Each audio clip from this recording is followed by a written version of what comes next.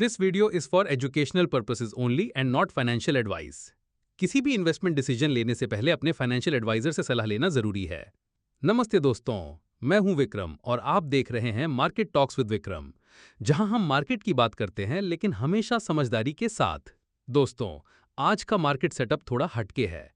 एक तरफ GST reforms और रुपये की तेजी ने बाजार में फ्रेश ऑप्टिमिज्म डाल दिया है। मतलब लिक्विडिटी और डिमांड को लेकर लोग थोड़ा होपफुल लग रहे हैं। लेकिन दूसरी साइड ग्लोबल फ्रंट से हैवी प्रेशर बना हुआ है। पॉवेल का स्पीच, जैक्सन होल का सस्पेंस, बॉन्ड मार्केट के स्ट्रेस सिग्नल्स, सब एक साथ चल रहा है। अब असली सवाल ये है कि इन कॉन्ट्रास्टिंग क्यूज के बीच इंडियन मार्केट का अगला मूव क्या होगा। क्या निफ्टी और बैंक निफ्टी अपने टाइट रेंज तोड़कर एक फ्रेश ट्रेंड शुरू करेंगे, या फिर ग्लोबल अनसर्टेनिटी और यूएस टैरिफ का वेट इन्हें नीचे खींच लेगा। अगर आप स्टॉक मार्केट में नए हैं या अभी भी कंफ्यूज्ड हैं कि शुरुआत कहां से करें, तो मेरी special learn stock market zero to hero series जरूर देखें। लिंक डिस्क्रिप्शन में दिया गया है। बिगिनर्स के लिए ये सीरीज बहुत ही यूजफुल साबित होगी। और अगर आप नए व्यूअर हैं तो चैनल को सब्सक्राइब करना मत भूलना। यहां आपको हर दिन मिलता है प्री मार्केट का एक डिटेल्ड एनालिसिस, जो किसी भी ट्रेडर या इन्वेस्टर के लिए वैल्यूएबल हो सकता है। दोस्तों, कल मैंने बोला था कि मार्केट आज कॉशियस पॉजिटिव रहेगा, और भाई एग्जैक्टली वैसे ही रहा। निफ्टी ने थोड़ी बुलिश एक्टिविटी दिखाई, ओपनिंग हायर पर रेजिस्टेंस फेस की और एंड में 25,083.75 पर क्लोज हुआ। मतलब जो मैंने प्रिडिक्ट किया था वही रियलिटी में हुआ। और यही रीजन है कि हम यहां हर अपडेट में आपको ट्रस्टेबल इनसाइट्स देने की कोशिश करते हैं। बैंक निफ्टी ने भी नैरो रेंज में ट्रेड किया और 55,755.45 पर क्लोज हुआ, सिर्फ 0.10% गेंस के साथ। थोड़ी स्लो स्टार्ट, थोड़ी हल्की तेजी और ओवरऑल सेंटिमेंट मस्त कॉशियस पॉजिटिव ही था। तो आज भी सेम फंडा। मैं आपको बताऊंगा कैसे ग्लोबल और डोमेस्टिक क्यूज मार्केट को पुश कर रहे हैं, कौन से स्टॉक्स रेडी हैं आज मूव देने के लिए, और कैसे आप अपनी ट्रेडिंग डिसीजंस को स्मार्ट बना सकते हैं। साथ ही निफ्टी और बैंक निफ्टी के इंपॉर्टेंट सपोर्ट और रेजिस्टेंस जोन्स भी देखेंगे, जिससे आपको मार्केट के की लेवल समझने में आसानी हो। तो चलिए शुरू करते हैं आज का प्री मार्केट इनसाइट। आज की शुरुआत में ग्लोबल क्यूज नेगेटिव रही। डाउ जोन्स 44,785.50 पर क्लोज हुआ, जिसमें 152.81 पॉइंट्स की गिरावट देखी गई, और नैस्डैक 21,100.31 पर क्लोज हुआ, जिसमें 72.55 पॉइंट्स का ड्रॉप हुआ। ये डेटा इंडिकेट करता है कि यूएस मार्केट में थोड़ा प्रेशर रहा। हमारे डोमेस्टिक मार्केट की बात करें तो गिफ्ट निफ्टी 25,094.00 पर ट्रेड कर रहा है, जिसमें सिर्फ 18.5 पॉइंट्स का स्लाइट डिक्लाइन हुआ है। ये छोटा सा ड्रॉप दिखाता है कि इंडिया मार्केट थोड़ा कॉशियस मोड में है, लेकिन ज्यादा वीक नहीं है। ग्लोबल मार्केट्स के थोड़ा नेगेटिव सेंटिमेंट और डोमेस्टिक मार्केट की स्टेबल ट्रेडिंग को देखते हुए आज का मार्केट सेंटिमेंट कॉशियस नेगेटिव की तरफ है। मार्केट में छोटा सा प्रेशर रह सकता है, लेकिन एक्सट्रीम वॉलेटिलिटी की उम्मीद कम है। अगर एफआईआई-डीआईआई एक्टिविटी की बात करें तो आज का एफआईआई-डीआईआई सीन थोड़ा इंटरेस्टिंग रहा। एफआईआईज ने मार्केट में नेट बाइंग की, टोटल 1,246.51 करोड़ का इनफ्लो हुआ। मतलब ग्लोबल प्लेयर्स थोड़ा कॉन्फिडेंट लग रहे हैं, इंडिया के मार्केट में टेंशन इतनी नहीं है। डीआईआई ने भी फुल सपोर्ट दिया, 2,546.27 करोड़ का नेट बाइंग हुआ। ये बता रहा है कि डोमेस्टिक प्लेयर्स भी पॉजिटिव हैं और मार्केट को स्टेबल रखने में मदद कर रहे हैं। देखो, ओवरऑल एफआईआई और डीआईआई दोनों एक्टिव हैं, तो मार्केट में थोड़ी पॉजिटिविटी है, लेकिन थोड़ा कॉशियस रहना बनता है, क्योंकि कभी भी क्विक मूव आ सकता है। आज का मार्केट सेंटिमेंट एकदम मिक्स्ड लग रहा है। ग्लोबल और डोमेस्टिक दोनों तरफ से काफी फैक्टर्स एक साथ खड़े हैं, और इन्वेस्टर्स के लिए सिचुएशन थोड़ी ट्रिकी हो गई है। ग्लोबल फ्रंट पे सबसे बड़ी कहानी जैक्सन होल सिंपोजियम की है। फेड चेयर पॉवेल का स्पीच होने वाला है और मार्केट उसी का इंतजार कर रहा है। अभी तक यूएस इक्विटीज में प्रेशर था, क्योंकि स्ट्रॉन्ग मैन्युफैक्चरिंग डेटा ने लोगों का रेट कट का होप ऑलमोस्ट स्पॉइल कर दिया है। ट्रेजरी यील्ड्स और डॉलर दोनों अप हैं, और टेंशन ये है कि पॉवेल अगर टाइटनिंग टोन में बोले तो वॉलेटिलिटी और स्पाइक करेगी। साथ ही एक और वरी है बॉन्ड्स की। सोसाइटी जनरल के स्ट्रेटेजिस्ट ने एक वार्निंग दी है कि एक तरह का स्लो मोशन क्राइसिस चल रहा है। लॉन्ग टर्म यील्ड्स यूके और जापान में बढ़ रहे हैं, शॉर्ट टर्म स्टेबल हैं, और इक्विटीज काफी कॉस्टली लगने लगी है बॉन्ड्स के कंपैरिजन में। मतलब टीना यानी कि देयर इज नो ऑल्टरनेटिव वाली कहानी थोड़ी वीक पड़ रही है। और ऊपर से यूएस इंडिकेटर्स भी वीक आ रहे हैं। जॉबलेस क्लेम्स बढ़े और फिली फेड इंडेक्स नेगेटिव आया, यानी इक्विटी आउटलुक अभी क्लाउडी ही लग रहा है। अब बात करते हैं इंडिया की। डोमेस्टिक साइड पर सेबी एक नया प्लान लेकर आया है, इक्विटी डेरिवेटिव्स की टेन्योर और मैच्योरिटी को एक्सटेंड करने का। पर्पस है कि स्पेक्युलेटिव एक्टिविटी को कंट्रोल किया जाए और सिस्टम को ज्यादा ट्रांसपेरेंट बनाया जाए। साथ में एक प्री आईपीओ इन्फो प्लेटफॉर्म बनाने की भी बात चल रही है, जिससे कंपनीज और इन्वेस्टर्स को बेटर क्लैरिटी मिलेगी। लेकिन दूसरी तरफ एक बड़ा चैलेंज भी है, यूएस के नए टैरिफ्स। अब कुछ आइटम्स पे 50% तक का टैरिफ लगने की बात हो रही है, और इसका असर इंडियन कंपनीज के अर्निंग्स आउटलुक पर क्लियरली दिख रहा है। पिछले 2 हफ्ते में ही अर्निंग्स फोरकास्ट लगभग 1.2% कट हुआ है। एशिया में सबसे बड़ा डाउनग्रेड। एक्सपोर्ट डिपेंडेंट सेक्टर्स जैसे टेक्सटाइल्स, जेम्स, ज्वेलरी पे इसका डायरेक्ट हिट आ रहा है। टेक्सटाइल प्राइसेस तो यूएस में लगभग 35% हायर हैं एज कंपेयर टू कॉम्पिटिटर्स। अभी भी रेवेन्यू का मेजर पार्ट यूएस एक्सपोर्ट से नहीं आता, लगभग 9% ही है, पर फिर भी जीडीपी ग्रोथ पर इसका इम्पैक्ट आ सकता है। इसी वजह से अब इंडस्ट्री लीडर्स एक्सपोर्टर्स को बोल रहे हैं कि अपने मार्केट्स को डाइवर्सिफाई करो। Europe, Canada, Latin America, ASEAN और यूके एफटीए के बेनिफिट्स को टैप करो। पर इसके साथ एक पॉजिटिव भी है, गवर्नमेंट रिफॉर्म्स। जीएसटी रैशनलाइजेशन हो गया है, जिसमें स्लैब सिंप्लीफाई करके 5% और 18% बचे हैं। एनालिस्ट बोल रहे हैं कि इससे लिक्विडिटी और कंजम्पशन दोनों इंप्रूव होंगे और FY27 तक जीडीपी ग्रोथ में 0.35 से 0.45% तक का एक्स्ट्रा पुश मिल सकता है। मतलब थोड़ा ऑप्टिमिज्म यहां से आ रहा है।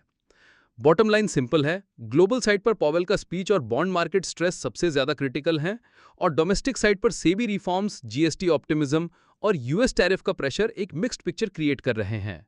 मार्केट अभी एकदम टाइट रोप पर बैलेंस कर रहा है, और सेंटिमेंट का डायरेक्शन मेनली पॉवेल की टोन और इंडियन कंपनीज की अडेप्टेबिलिटी पर डिपेंड करेगा।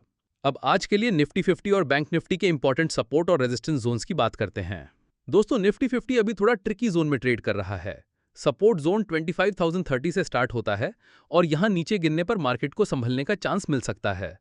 अगर ये लेवल ब्रेक नहीं होता तो थोड़ी हल्के लेवल की बाइंग आ सकती है, लेकिन नीचे जाने का प्रेशर ज्यादा हुआ तो 25,000 तक स्लिप देखने को मिल सकता है, इसलिए कॉशियस रहना जरूरी है।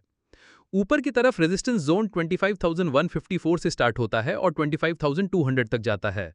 अगर मार्केट यहां सस्टेन करे तो मोमेंटम बन सकता है और नेक्स्ट टारगेट्स के लिए रेडी हो सकता है। लेकिन अगर ऊपर जाने के बाद वापस नीचे आता है तो फिर से लोअर लेवल्स टेस्ट हो सकते हैं। बीच का नो ट्रेडिंग रेंज 25,070 से 25,154 के बीच है। मतलब इस रेंज में मार्केट मोस्टली साइडवेज ही रहेगा, और डायरेक्शन क्लियर होने का वेट करना बेटर है। क्विक एंट्री लेना थोड़ा रिस्की हो सकता है, क्योंकि मार्केट अभी कंफ्यूज स्टेट में है। अगर मार्केट 25,154 के ऊपर क्लोज करता है तो बुलिश मोमेंटम आ सकता है। इस केस में पहला टारगेट 25,243 हो सकता है, उसके बाद 25,323 और फिर 25,435 तक रैली पॉसिबल है। लेकिन अगर 25,154 क्रॉस करके सस्टेन नहीं करे और नीचे क्लोज हो जाए तो ये फॉल्स ब्रेकआउट होगा। ऐसे केस में शॉर्ट पोजीशंस के लिए पहला टारगेट 25,080 और नीचे के लिए 25,030 तक मूव पॉसिबल है। दूसरी तरफ अगर मार्केट 25,070 के नीचे क्लोज करता है तो बेयरिश ट्रेंड डोमिनेट करेगा। नीचे की तरफ पहला टारगेट 25,031, फिर 24,950 और फिर 24,855 तक मूव देखने को मिल सकता है। अगर मार्केट 25,070 क्रॉस करे और क्लोज 25,070 के ऊपर हो जाए तो रिकवरी पैटर्न बनेगा, और ऊपर की तरफ टारगेट्स 25,140 और फिर 25,200 तक हो सकते हैं। दोस्तों, बैंक निफ्टी भी थोड़ा टाइट और ट्रिकी जोन में ट्रेड कर रहा है। सपोर्ट जोन 55,650 से स्टार्ट होता है, और यहां नीचे गिरने पर मार्केट को संभलने का चांस मिल सकता है। अगर नीचे प्रेशर ज्यादा हुआ तो 55,600 तक स्लिप देखने को मिल सकता है, इसलिए कॉशियस रहना इंपॉर्टेंट है। ऊपर की तरफ रेजिस्टेंस जोन 55,900 से स्टार्ट होता है और 55,980 तक जाता है। अगर मार्केट यहां सस्टेन करे तो मोमेंटम ऊपर की तरफ बन सकता है और नेक्स्ट टारगेट्स के लिए रेडी हो सकता है। लेकिन अगर ऊपर जाने के बाद वापस नीचे आता है तो फिर से लोअर लेवल्स टेस्ट हो सकते हैं। बीच का नो ट्रेडिंग जोन 55,700 से 55,900 के बीच है। मतलब इस रेंज में मार्केट मोस्टली साइडवेज ही रहेगा, और डायरेक्शन क्लियर होने का वेट करना बेटर है। क्विक एंट्री लेना थोड़ा रिस्की हो सकता है, क्योंकि मार्केट अभी थोड़ा कंफ्यूज स्टेट में है। इंस्टीट्यूशनल फ्लोज और बैंकिंग सेक्टर की न्यूज भी मोमेंटम डिसाइड करेंगे। अगर बैंक निफ्टी 55,900 के ऊपर क्लोज करता है तो बुलिश ब्रेकआउट कंसिडर किया जाएगा। ऊपर की तरफ टारगेट्स पहले 56,154, फिर 56,400 और अगला लेवल 56,655 तक हो सकता है। लेकिन अगर मार्केट 55,900 क्रॉस करे लेकिन सस्टेन नहीं करे और नीचे क्लोज हो जाए तो ये फॉल्स ब्रेकआउट होगा। ऐसे केस में शॉर्ट पोजीशंस के लिए पहला लेवल 55,730 और नीचे के लिए 55,650 तक मूव पॉसिबल है। दूसरी तरफ अगर मार्केट 55,700 के नीचे क्लोज करता है तो बेरिश ट्रेंड डोमिनेट करेगा। नीचे की तरफ पहला टारगेट 55,570, फिर 55,464 और फिर 55,236 तक देखने को मिल सकता है। अगर बैंक निफ्टी 55,700 क्रॉस करे और क्लोज 55,700 के ऊपर हो जाए तो रिकवरी पैटर्न बनेगा और ऊपर की तरफ टारगेट्स 55,800 और फिर 55,950 तक पॉसिबल हैं।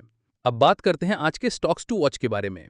सबसे पहले अपोलो हॉस्पिटल्स। यहां पर बस बना हुआ है क्योंकि प्रमोटर साइड से एक ब्लॉक डील के थ्रू लगभग 1.25% स्टेक सेल हो सकता है। ये चीज प्राइस एक्शन में एकदम मूवमेंट क्रिएट कर सकती है। फिर आता है विप्रो। ये आईटी जायंट अपना इंजीनियरिंग आर&डी गेम स्ट्रॉन्ग करने के लिए हार्मन के डिजिटल ट्रांसफॉर्मेशन सॉल्यूशंस यूनिट को एक्वायर कर रहा है। एक्विजिशन न्यूज हमेशा मार्केट में एक पॉजिटिव या मिक्स्ड वाइब लाती है, तो इस पे नजर रखना। हिंदुस्तान यूनिलीवर भी फोकस में है। नए CFO designate Niranjan Gupta announce कर दिए गए हैं, जो 1 सितंबर से ज्वाइन करेंगे। ट्रांजिशन फुल नवंबर तक कंप्लीट होगा। ये लीडरशिप चेंज कभी कभी मार्केट को कॉशियस भी बनाता है। अब एक नेगेटिव अपडेट। हिकाल को यूएस एफडीए से वार्निंग लेटर मिला है उनके बेंगलोर वाले प्लांट पे।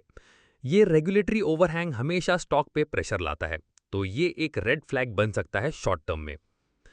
इंफ्रा साइट से जीएचवी इंफ्रा प्रोजेक्ट स्पॉटलाइट में है। उन्हें मुंबई में 2000 करोड़ के पीएपी और पुलिस हाउसिंग प्रोजेक्ट का एलओआई मिला है। ये बड़ा order future revenue visibility clear करता है। रेल स्टॉक्स भी गर्म है। टेक्समैको रेल एंड इंजीनियरिंग को एक ऑर्डर मिला है रेलवेज के लिए 103 करोड़ का, जो उनकी एग्जीक्यूशन पाइपलाइन को और स्ट्रांग बनाता है। साथ में तीतागर रेल सिस्टम्स भी बज़ में हैं। वेदांता ने अपने इन्वेस्टर्स को खुश कर दिया है। सेकेंड इंटरिम डिविडेंड डिक्लेयर कर दिया है 16 रुपीज पर शेयर का FY26 के लिए। रिकॉर्ड डेट अगस्त 27 फिक्स की गई है। क्लियर सिग्नल है कि कैश फ्लो स्ट्रांग है कंपनी के पास। और फाइनली आर सिस्टम्स इंटरनेशनल भी वॉच लिस्ट में आया है। इंडस्ट्री और कॉर्पोरेट लेवल पे कुछ डेवलपमेंट्स चल रहे हैं जो इसको हाईलाइट कर रहे हैं। एक्स डिविडेंड स्टॉक्स भी इग्नोर मत करना। Jindal steel and power, LIC housing finance, Lodha developers, Jindal stainless, federal bank और IRCTC, इनके एक्स डिविडेंड डेट्स आज के लिए इंपॉर्टेंट हैं। इस वजह से इनमें थोड़ा सा अलग मूवमेंट दिख सकता है। समरी देखें तो ग्लोबल मूड अभी थोड़ा ऑफ लग रहा है, सेंटीमेंट में हेवीनेस है। इंडिया साइड से सिग्नल्स मिक्स आ रहे हैं, क्लियर डायरेक्शन नहीं है। निफ्टी बैंक निफ्टी बस रेंज में अटके पड़े हैं। ब्रेकआउट आया तो ही असली सीन बनेगा। और स्पॉटलाइट स्टॉक्स पे नजर रखनी है। अपोलो हॉस्पिटल्स, विप्रो, HUL, वेदांता, तीतागर और IRCTC। अगर आपको ये एनालिसिस वैल्यूएबल लगा हो तो वीडियो को जरूर लाइक करें। कमेंट में बताएं कि आज आप किस सेक्टर या स्टॉक पर फोकस कर रहे हैं।